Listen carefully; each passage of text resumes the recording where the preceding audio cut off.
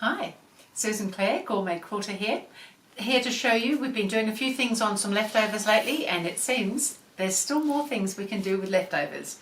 So behind me here, I've got some patches up on the wall here, so I've made up a block. So I'm suggesting that that would be one large block. It's currently in 4 smaller blocks, but it works really well to make it up into a block that size. So what I've used is some leftover 2.5 inch strips or 2.5 inch squares, and I've done some half square triangle units using some 5 inch squares to give me the 4.5 inch finished, so that it matches when I make a 4 patch of some 2.5 inch squares. That's going to measure 4.5 inches when they're all joined together, and this is a 4.5 inch finished half square triangle unit. So I quite like to work with units. My leftovers pantry has strips and squares and units and things in it all ready to go. So this is a time when you could just draw on some of those units that you've made during or the end of other projects or during other projects as little run on, run off type patches and things. And so just combining half square triangle units with 4 patches, and I've gone for the light and dark look. So you can see that this 4 patch here is basically, it's different colours, but it's basically 2 lights and 2 darker colours. And the same I've got here, a lighter and a darker. So throughout the quilt this will work really well. You can use pretty much any colour you like, or colours, or they could be all blues, lights and darks, they could be all browns, lights and darks, they could be green and orange instead. But just really needing a contrast of some sort. So primarily I've got lights and darks, as you can see, or mixed colours though. So what we need to do to make the block up, I'm not going to show you how to make a 4 patch because I'm quite sure you know how to do that, and you know how to do half square triangles by now.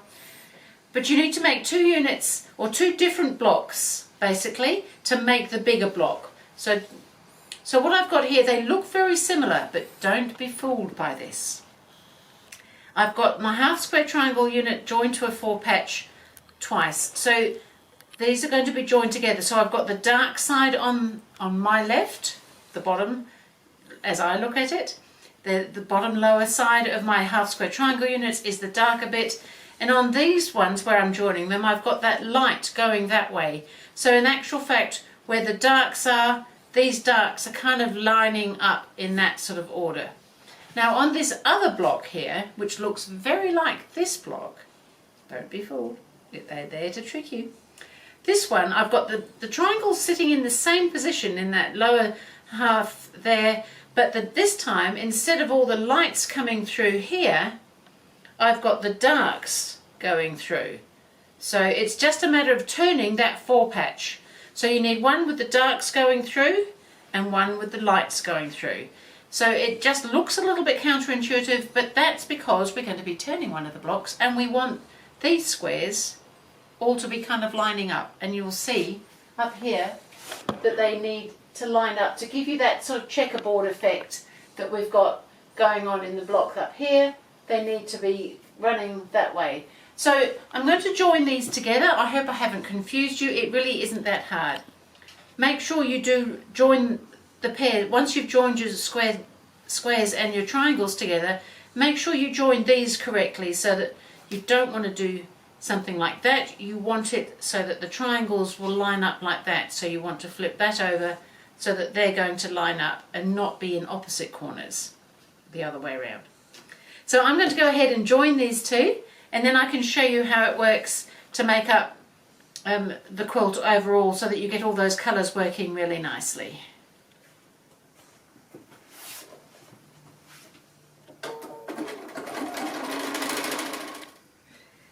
So I've got my 2 blocks together, or 2 portions of my block, because I'm suggesting that we make one large big block. So these blocks individually at this stage, remember there's 2 slightly different ones with the squares going in opposite directions.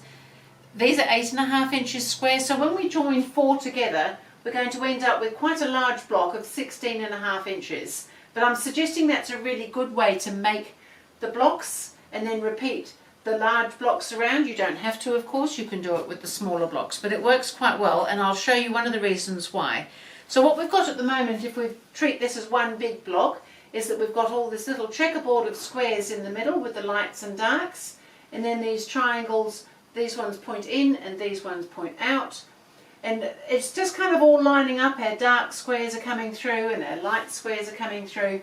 And so if we just treat this one here, if this was part of the next block perhaps, this is the same formation as this block up here. So we've got our triangles, we've got our dark colours coming through there.